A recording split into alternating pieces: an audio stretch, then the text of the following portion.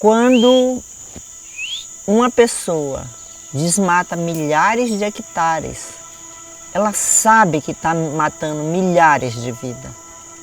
Elas sabem disso. Elas sabem que estão aquecendo o planeta e que aquecendo o planeta ela está impactando a vida de todos.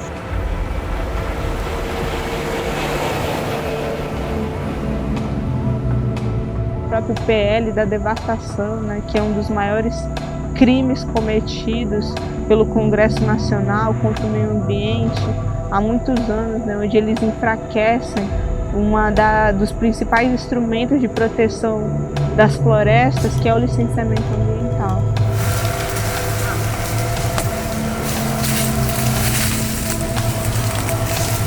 Se a gente não fizer nada, se a gente chegar no ponto de não retorno, somos nós, seres humanos, que vamos desaparecer.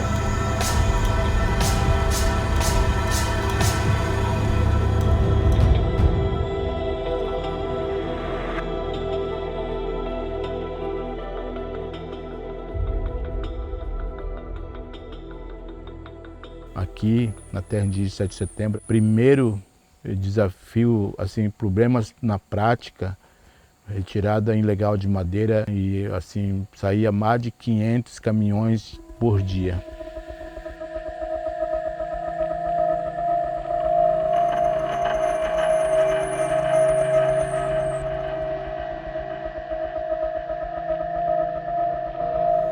Então isso foi crescendo, né? Hoje o problema maior é essa, né?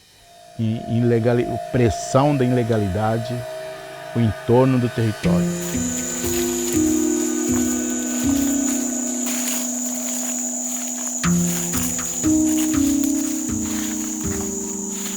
Agora a gente tem a agropecuária, né? Agora a gente tem o garimpo, né? E que vem afetando diretamente aqui a terra indígena 7 de setembro.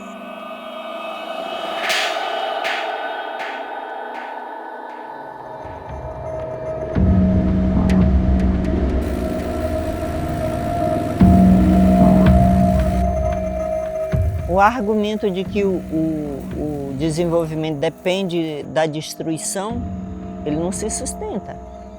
Agora, por que ele não se sustenta?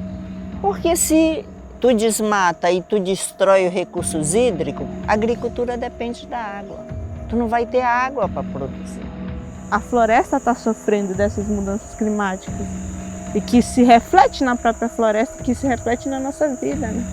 Por causa desse calor, por causa de como a floresta está sofrendo, os animais estão sofrendo, que está muito quente, que os rios, né, estão indo embora, estão secando, né?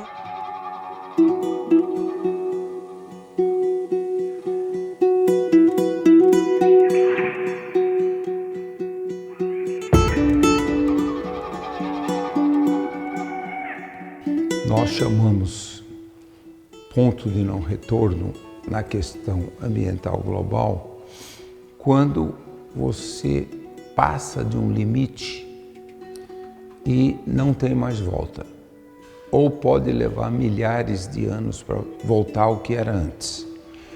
Se o desmatamento chegar a 20% a 25% e o aquecimento global atingir 2 graus, nós passamos do ponto de não retorno.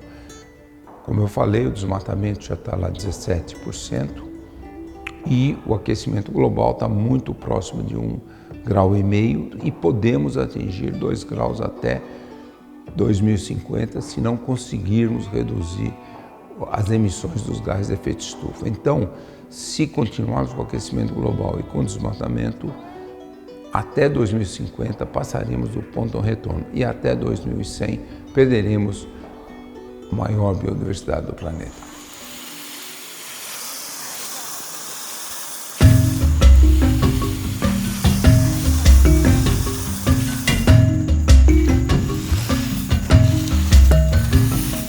Como soluções dessas pressões, a gente criou etnozoneamento, né? Os senhores estão produzindo o quê? Café, cacau, banana, castanha. Quando estava produzindo muito, chegou aproximadamente 320 320, 330 toneladas. O café chegou, que foram vendidos através de 3 cooperativas, eu acho que ele deveria ter chegado 3, 4 toneladas. Essas iniciativas de produzir com responsabilidade e de forma sustentável é um modelo que a gente está propondo para a Amazônia.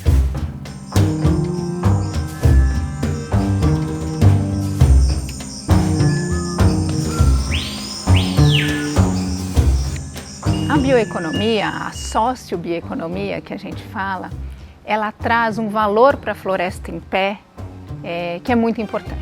A gente precisa mostrar que a floresta em pé ela tem mais valor no longo prazo do que a sua destruição, né?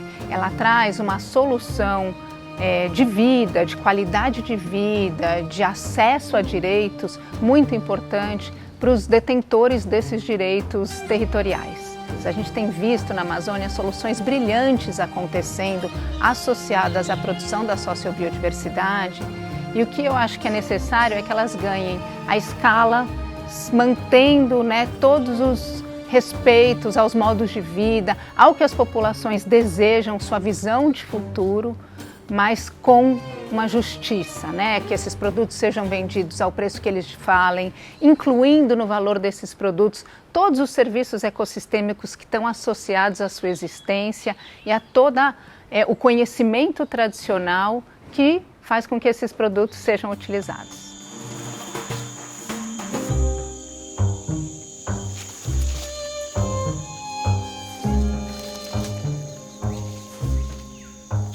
Antes de trabalharmos com os cafés especiais, a gente não trabalhava para ganhar dinheiro, mas sim era para reflorestar essas áreas, né?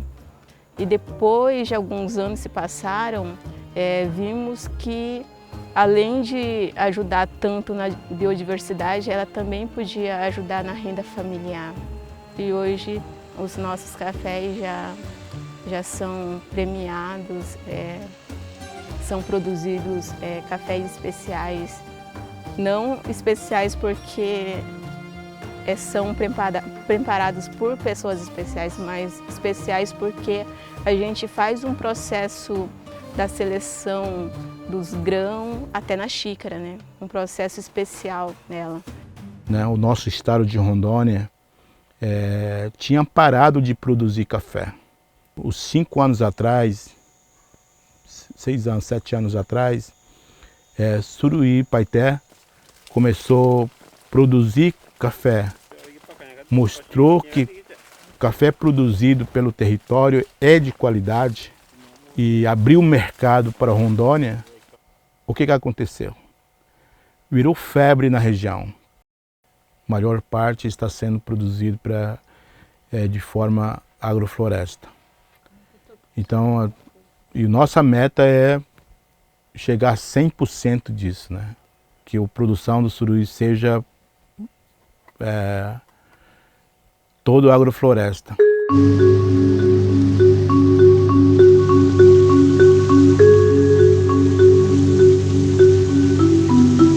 Os povos indígenas têm todo esse compromisso com a proteção do território e da natureza. E a Canidé tem todo esse compromisso com a proteção dos povos originários e da natureza. E junto a gente desenvolveu uma metodologia para monitorar os territórios, porque os povos originários eles já monitoravam. O que a gente fez? A gente introduziu o uso de drone, o uso de GPS, saber fazer as leituras. A gente desenvolveu um aplicativo que a gente chama de SMDK, que é um aplicativo que ajuda a monitorar, né, e ajuda a mandar as denúncias.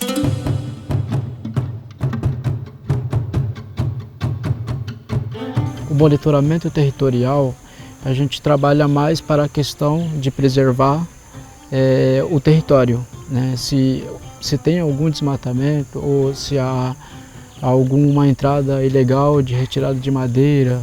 Então a gente faz todo esse estudo, né, que é o mapeamento geral do território.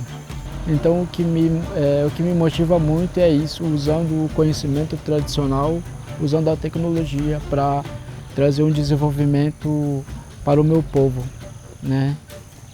Dizendo que é possível a gente trabalhar usando a tecnologia para desenvolver dentro do território, socialmente, economicamente e ambiental.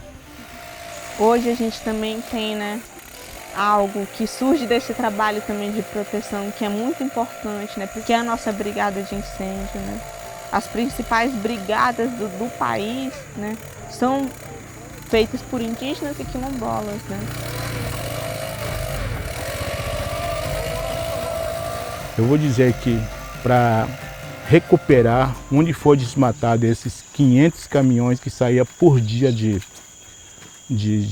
madeira dentro do território Suruí, em 2005 eu criei o projeto PAMINER, que é um projeto de reflorestamento. A gente já colocou mais de 1 milhão de mudas aqui dentro do território 7 de setembro.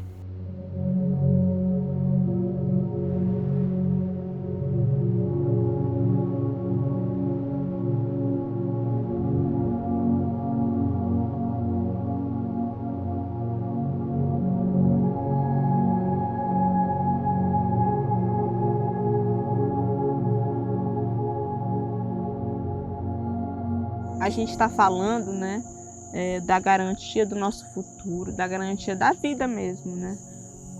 A gente precisa que essas pessoas entendam que elas também fazem parte da natureza, né? Que elas também são natureza. E cabe a quem, então, se levantar e fazer algo também a respeito disso, né? Todos nós.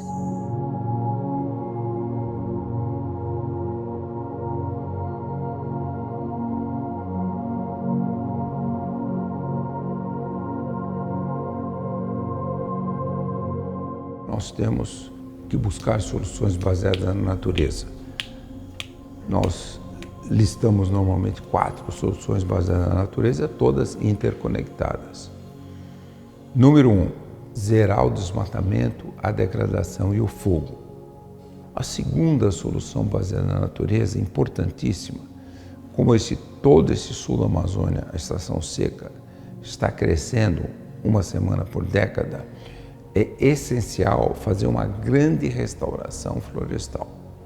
Se fizermos isso, aí sim nós diminuímos o risco do ponto de não retorno. A terceira solução baseada na natureza é que nós precisamos criar o que nós chamamos uma sociobioeconomia de saudáveis florestas em pé e rios fluindo. E a quarta solução baseada na natureza é a valorização do conhecimento dos povos indígenas e comunidades locais. Por quê? Os povos indígenas chegaram na Amazônia uns 14 mil anos atrás. Cerca de 11 mil anos atrás, eles já estavam em quase toda a Amazônia. Eles desenvolveram uma ciência indígena muito importante. Isso vai melhorar muito a saúde de todas as populações e, claro, protege a floresta, protege a biodiversidade e, essencial, socioeconomicamente, esse é o modelo para salvar a Amazônia. As pessoas veem isso como uma floresta, mas eu, como indígena, eu não vejo como só uma floresta. Isso é minha vida, minha casa, faz parte de mim. Porque daí é dali que traz a vida para as pessoas, a vida para os animais, o ar que a gente respira. Então eu diria que o que a gente faz é um trabalho que a gente pensa na visão de futuro para todos, não é só para o nosso povo Paiter, é para muitas pessoas, para o planeta Terra. A gente precisa de uma mudança radical, urgente, agora, né? A gente precisa garantir a proteção desses territórios, né? A gente precisa falar da própria demarcação dos territórios indígenas que hoje está sendo tão atacada. A gente precisa falar, né, desses projetos de leis que estão atacando, né, as legislações ambientais. e não permitir isso, né? A maior economia está na floresta em pé, né? A maior economia está na vida garantida, a maior economia é a economia de um futuro habitável, né? Também. E que se dá de produzir, como eu falei, né? Mas também proteger. E que o povo Paitê Suruí, ele é um exemplo, né? Ele é um exemplo de gestão para o mundo.